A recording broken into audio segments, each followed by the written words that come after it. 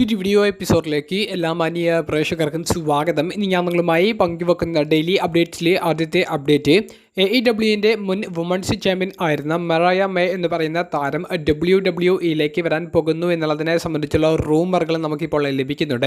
മറായ മേയുടെ AEWയുമായിട്ടുള്ള contract ഇനി വരുന്ന മാസങ്ങളിൽ അവസാനിക്കുമെന്നും താരം കോൺട്രാക്റ്റ് പുതുക്കുന്നില്ല എന്നും താരം WWE വാതിലുകൾ മുട്ടുകയാണ് എന്നുള്ള ഒരു തരത്തിലുള്ള റൂമേഴ്സാണ് പുറത്തേക്ക് വരുന്നത്. മറായ മേയ്ക്ക് 26 വയസ്സ് മാത്രമാണ് പ്രായമുള്ളത്. ഇതിനിടയിൽ AEWൻ്റെ വുമൺസ് ഡിവിഷനിലെ ഏറ്റവും കിടിലനായിട്ടുള്ള ഒരു സ്റ്റോറി ചെയ്തു. AEWൻ്റെ വുമൺസ് ചാമ്പ്യൻ ആകാൻ താരത്തിന് സാധിച്ചു.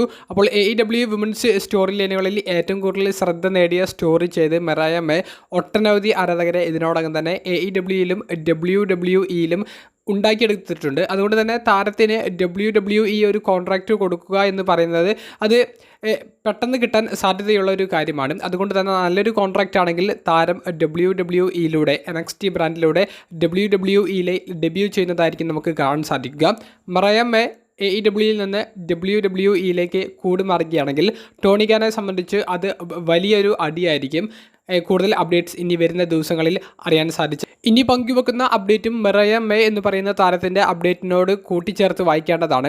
നിലവിൽ WWE പ്രസിഡൻ്റായ നിക് ഗാൻ ഒരു ഇൻ്റർവ്യൂവിൽ പറഞ്ഞ ഒരു വാചകമുണ്ട്. AEW പോലെയുള്ള റെസ്ലിംഗ് കമ്പനികളിൽ കോൺട്രാക്റ്റ് അവസാനിക്കാൻ വേണ്ടി കാത്തിരിക്കുന്ന റെസ്ലേഴ്സ് അവരുടെ കോൺട്രാക്റ്റ് അവസാനിക്കുന്ന ഒരു സമയത്ത് WWEയിലേക്ക് കൂടുമാറാൻ തയ്യാറായിക്കൊണ്ടിരിക്കുകയാണ് എന്നുള്ളത്. കോൺട്രാക്റ്റ് അവസാനിക്കാൻ പോകുന്ന റെസ്ലേഴ്സുമായിട്ട് WWE മാനേജ്മെൻറ്റ് ഇപ്പോൾ തന്നെ ചർച്ചകൾ ആരംഭിച്ചിട്ടുണ്ട് എന്നും ഞങ്ങൾക്ക് ആവശ്യമായിട്ടുള്ള റെസ്ലേഴ്സിനെ വെറുതെ കൊണ്ടുവന്നിട്ട് ഈ കോൺട്രാക്റ്റ് കൊടുത്ത് കമ്പനിയിൽ നിലനിർത്താൻ വേണ്ടിയിട്ടല്ല, ഞങ്ങൾക്ക് ആവശ്യമുള്ള സ്റ്റോറിയൊക്കെ കൊടുത്ത് ഞങ്ങൾ ക്യാരക്ടറൊക്കെ ബിൽഡ് ചെയ്യാൻ ആഗ്രഹിക്കുന്ന റെസ്ലേഴ്സിനെ മറ്റ് കമ്പനികളിൽ നിന്ന് കൊണ്ടുവന്ന് ഇവിടെ ഞങ്ങൾ യൂട്ടിലൈസ് ചെയ്യും എന്നുള്ളതും നിക് ഗാൻ ഉറപ്പ് നൽകുന്നുണ്ട്.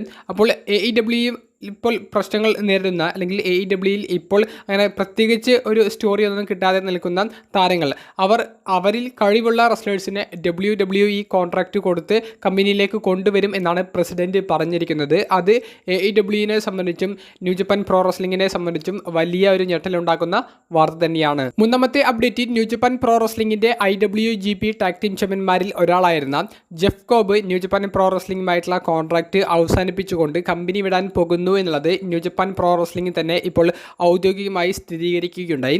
ന്യൂ ജപ്പാൻ പ്രോ റെസ്ലിംഗ് പുറത്തേക്ക് വിടുന്ന അപ്ഡേറ്റ് അനുസരിച്ച് ജെഫ് കോബ് ആ ടൈറ്റിൽ വെക്കേറ്റ് ചെയ്തുകൊണ്ടാണ് കമ്പനി വിടുന്നത്. അതുകൊണ്ട് തന്നെ പുതിയ ടാഗ് ടീം ചാമ്പ്യന്മാരെ കണ്ടെത്തണം. നിലവിൽ ഈ ഒരു വാർത്ത പുറത്തേക്ക് വന്നതിന് ശേഷം പിന്നീട് നമുക്ക് അറിയാൻ സാധിച്ച റൂമറുകളിൽ ജെഫ് കോബ് WWEയിൽ സൈൻ ചെയ്യാൻ പോകുന്നു എന്നാണ് അറിയാൻ സാധിക്കുന്നത്. അങ്ങനെയാണെങ്കിൽ NXT ബ്രാൻഡിലേക്കുള്ള ഒരു ഡെബ്യൂ നമുക്ക് പ്രതീക്ഷിക്കാം. അല്ലെങ്കിൽ മെയിൻ റോസ്റ്ററിൽ തന്നെ ഒരു സർപ്രൈസ് ഡെബ്യൂ ജെഫ് കോബിൻ്റെ ഭാഗത്തു നിന്ന് പ്രതീക്ഷിക്കാവുന്നതാണ്. മെയിൻ റോസ്റ്ററിൽ ജെഫ് കോബിനെ പോലെയുള്ള ഒരു പവർ ഹൗസ് റെസ്ലർ വന്നാൽ അത് നല്ല രീതിയിലുള്ള കുറേയധികം കിടിലൻ മൊമെൻറ്റ്സ് നമുക്ക് സമ്മാനിക്കും എന്നുള്ളതിൽ യാതൊരുവിധ സംശയവുമില്ല.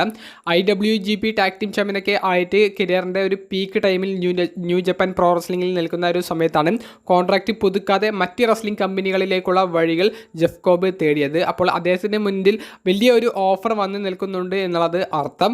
നിങ്ങളുടെ അഭിപ്രായങ്ങൾ കമൻറ്റ് ബോക്സിൽ രേഖപ്പെടുത്തുക. നാലാമത്തെ അപ്ഡേറ്റ് സൂപ്പർ താരമായ റോമൻ റീൻസിനെ സംബന്ധിച്ചാണ്. റോമൻ റീൻസ് അദ്ദേഹത്തിൻ്റെ സോഷ്യൽ മീഡിയ പ്ലാറ്റ്ഫോമിലൂടെ പുതിയ വീഡിയോ പുറത്തേക്ക് വിട്ടിട്ടുണ്ട്. Roman Reigns part time wrestler അല്ല എന്നുള്ളതും റോമൻ റീൻസ് ഇപ്പോൾ കാണുന്ന രീതിയിലേക്ക് റോമൻ എത്തിയത് അത് പാർട്ട് ടൈം ആയിട്ടല്ല, താൻ എപ്പോഴും വർക്ക് ചെയ്തുകൊണ്ടിരിക്കുകയാണ്. തന്നെ ഡിപ്പെൻഡ് ചെയ്തിട്ടാണ് റെസ്ലിംഗ് ഇൻഡസ്ട്രി തന്നെ മുന്നോട്ടേക്ക് പോകുന്നത്. ഒരു കമ്പനിയെ മുന്നോട്ട് കൊണ്ടുപോകുന്നത് താനാണ്. അപ്പോൾ താൻ ശ്വാസം എടുക്കുന്ന ആ ഒരു സമയം പോലും താൻ വർക്ക് ചെയ്യുകയാണ്. ഞാൻ ഒരിക്കലും പാർട്ട് ടൈം റെസ്ലർ അല്ല. ആർക്കും അതിൽ ഒരു കൺഫ്യൂഷൻ ആവശ്യമില്ല. ഞാനൊരു പാർട്ട് ടൈം റെസ്ലർ അല്ല. ഞാൻ ശ്വാസം എടുക്കുന്ന ഓരോ സെക്കൻഡും ഞാൻ വർക്ക് ചെയ്തുകൊണ്ടിരിക്കുകയാണ്. ഞാൻ ട്രെയിനിങ് നടത്തിക്കൊണ്ടിരിക്കുകയാണ്. അതുകൊണ്ട് തന്നെ താനൊരു പാർട്ട് ടൈം അല്ല എന്നുള്ളത് നിങ്ങൾ വിശ്വസിക്കുക. അപ്പോൾ റോമൻ റീൻസിൻ്റെ പാർട്ട് ടൈം ഷെഡ്യൂളിനെ സംബന്ധിച്ചുള്ള നെഗറ്റീവായിട്ടുള്ള അഭിപ്രായങ്ങൾ വന്നപ്പോൾ അവർക്കുള്ള ഒരു മറുപടിയാണ് റോമൻ റീൻസ് സോഷ്യൽ മീഡിയയിൽ പങ്കുവച്ച വീഡിയോയിലൂടെ നൽകുന്നത്. റോമൻ റീൻസിൻ്റെ കോൺട്രാക്റ്റ് പാർട്ട് ടൈം ഷെഡ്യൂൾ ആണെങ്കിലും അദ്ദേഹം പാർട്ട് ടൈം റെസ്ലർ അല്ല എന്നുള്ളത് റോമൻ റീൻസ് അവകാശപ്പെടുന്നുണ്ട്. നിങ്ങൾക്ക് എന്ത് തോന്നുന്നു? റോമൻ റീൻസ് പറയുന്ന വാചകങ്ങളോടുള്ള നിങ്ങളുടെ പ്രതികരണം അത് കമൻറ്റ് ബോക്സിൽ രേഖപ്പെടുത്തുക. അവസാനമായി പങ്കുവെക്കാനുള്ള അപ്ഡേറ്റ് റാൻഡി ഓർട്ടനെ സംബന്ധിച്ചുള്ള ബിഗ് പ്ലാനുകളെ സംബന്ധിച്ചാണ്. WWE ഇന്നലെ ഒരു അപ്ഡേറ്റ് പുറത്തേക്ക് വിടുകയുണ്ടായി. WWEയുടെ റെസ്ൽമേനിയ 41 കഴിഞ്ഞതിന് ശേഷം മെയ് മാസത്തിൽ നടക്കാൻ പോകുന്ന ബാക്ക്ലാഷ് 2025 എന്ന് പറയുന്ന പ്രീമിയം ലൈവ് ഇവൻറ്റിൻ്റെ ആദ്യ പോസ്റ്ററാണ് പുറത്തേക്ക് വിട്ടത്. ആ ഒരു പോസ്റ്ററിൽ റാൻഡി ഓർട്ടൻ്റെ പിക്ചർ മാത്രമാണ് നമുക്ക് കാണാൻ സാധിക്കുന്നത്. റാൻഡി ഓർട്ടൻ്റെ പിക്ചറിൻ്റെ ഒരു പ്രത്യേകത എന്താണെന്ന് വെച്ചാൽ റാൻഡി ഓർട്ടന് ഈ പ്രീമിയം ലൈവ് ഇവൻറ്റിൽ വലിയ പ്രാധാന്യം കൊടുക്കുന്നുണ്ട് എന്ന് അർത്ഥം. രണ്ടാമത്തേത് റാൻഡി ഓർട്ടൻ്റെ ഹോം ടൗൺ ആയ സ്ഥലത്ത് വെച്ചിട്ടാണ് ബാക്ക്ലാഷ് പ്രീമിയം ലൈവ് ഇവൻറ്റ് നടക്കുന്നത്. ഈ രണ്ട് പോയിന്റുകൾ നമ്മൾ കൂട്ടിച്ചേർത്ത് നോക്കുകയാണെങ്കിൽ വലിയ പദ്ധതികൾ റാൻഡി ഓർട്ടന് ബാക്ക്ലാഷ് പ്രീമിയം ലൈവ് ഇവൻറ്റിൽ ഉണ്ട്. റസൽമേനിയ 41 റാൻഡിയുടെ എതിരാളി ആരായിരിക്കും? റാൻഡി ഓർട്ടന് മത്സരങ്ങൾ ഉണ്ടായിരിക്കില്ല എന്നുള്ള വലിയ ചോദ്യം നിലനിൽക്കുന്ന ഒരു സമയത്ത് തന്നെയാണ് ബാക്ക്ലാഷിൻ്റെ കവർ പിക്കായിട്ട് റാൻഡി ഓർട്ടൻ്റെ ഒരു അപ്ഡേറ്റ് അവർ പങ്കുവെക്കുന്നത്. മിക്കവാറും ഒരു ചാമ്പ്യൻഷിപ്പ് മത്സരം Randy Orton Backlash premium live ഇവൻറ്റിൽ കളിക്കാൻ സാധ്യതയുണ്ട്.